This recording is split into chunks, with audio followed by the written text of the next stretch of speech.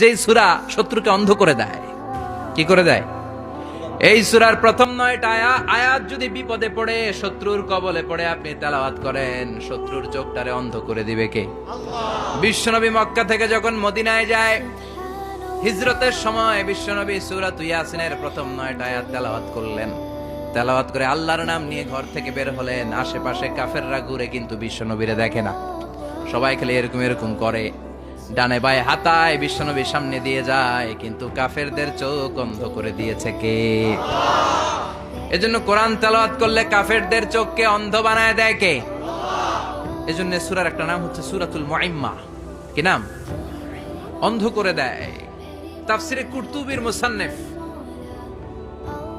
ইমাম আল কুরতুবি, উনাকে জালিম বাদশা বন্দী করেছিল। ওনার তাফসিরে এসেছে উনি শক্তিশালী লোক ছিলেন, জেলখানা ভেঙে বাঁচার জন্য দিয়েছে দৌড়।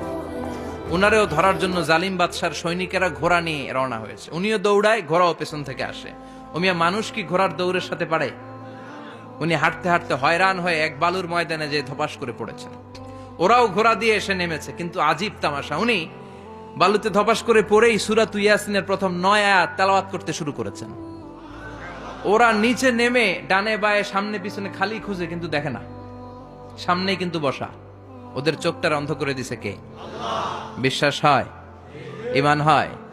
এজন্য বিপদে পড়লে সূরা ইয়াসিনের প্রথম 9 আয়াত পড়তে রাজি আছেন? আল্লাহ তুমি তৌফিক দাও। আরো জোরে পড়েন আমিন।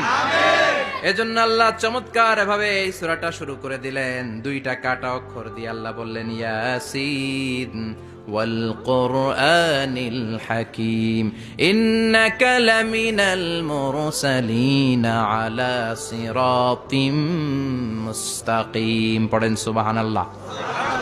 ইয়াসিন সূরাটা শুরু করলেন কি দিয়ে? এটা কি কোনো বাক্য? এটা কি কোনো শব্দ? এটা কি অক্ষর? 2টা।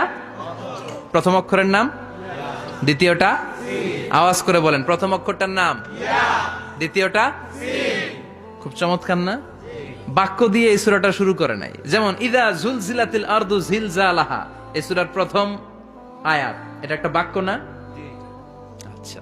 ওয়াদ-দুহা ওয়াল-লাইলি ইযা সাজা, বাক্য না? কিন্তু ইয়াসিন এটা কি কোনো বাক্য? এটা কি কোনো শব্দ? না, এটা কাটা 2টা অক্ষর। সুবহানাল্লাহ পড়েন।